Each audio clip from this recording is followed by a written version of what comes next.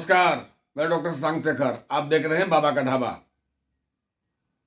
पिछले 2 दिनों से जिले में पूर्व विधायक डुमरांव के भाकपा माले के अजीत कुशवाहा के द्वारा दिए गए जमीन व्यवसायी प्रदीप राय के विरुद्ध बयानबाजी के बाद जिले में राजनीतिक तूफान तेज हो गया है।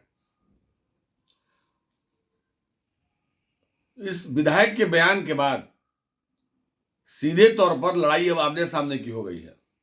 विधायक ने सीधे तौर पर कहा कि अब तक भारतीय जनता पार्टी की राजनीति की आड़ में मंत्रियों का धौंस दिखाकर गरीब लोगों की जमीन हड़पने का काम ये कर रहे हैं।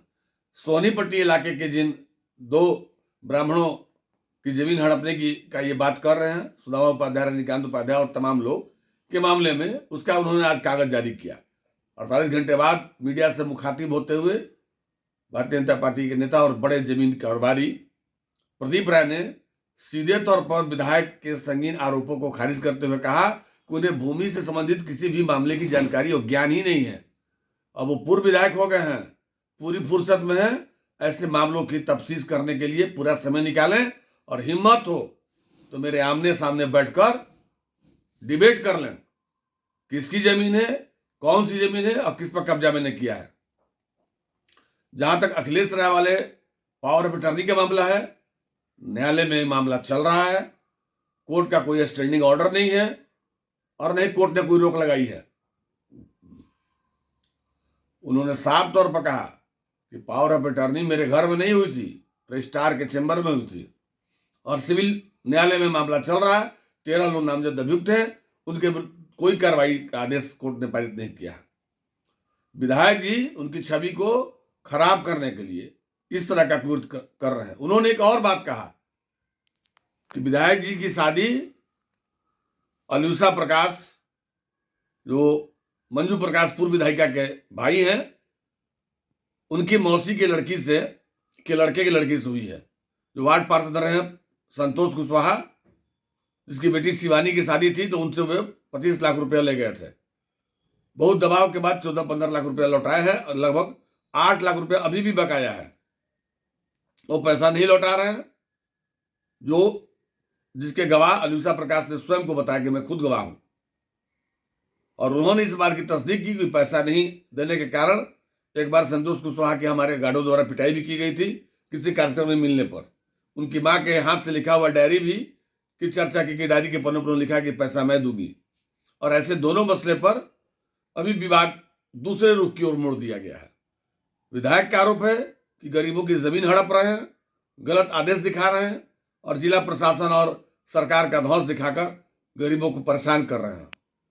तब इनका कहना है कि उन्हें जमीनी कागज की कोई जानकारी नहीं है। जमीनी कागज के लिए आमने सामने बैठने का उन्होंने चैलेंज किया। कहा कि वो जमाना चला गया जो 90 का दशक था, जब लाल झंडा किसी की जमीन पर गाड़ दिया जाता था और जमीन के कब्जाधारी बन जाते थे। सुशासन की सरकार है, कोई भी मेरे तरफ हाथ उठाएगा मेरी जमीन की तरफ बिना किसी कागज पत्र के, तो लाल झंडा गाड़ने वाली उन हाथों को काट दिया जाएगा। साफ तौर पर मैं कह रहा हूं, और हिम्मत हो तो आमने सामने कर ले। जब पत्रकारों ने यह कहा कि बक्सर के पूर्व विधायक भी संजय तिवारी ने भी इस मसले पर अपना बयान दिया। उन्होंने कहा कि वो मेरे बड़े भाई हैं, न वो मेरे खिलाफ कुछ बोल सकते हैं और ना मैं उनके खिलाफ बोलने वाला हूं। तो उन पर उन्होंने सीधे से बात को काट दिया। लेकिन अजीत कुशवाहा पूर्व विधायक पर सीधे तौर पर आरोप लगाया कि उनकी हिम्मत है तो आमने सामने बैठकर वार्ता कर लें, और जिन लोगों को लेकर वो खड़े हैं वे सब हमारे परिवार के मेंबर हैं।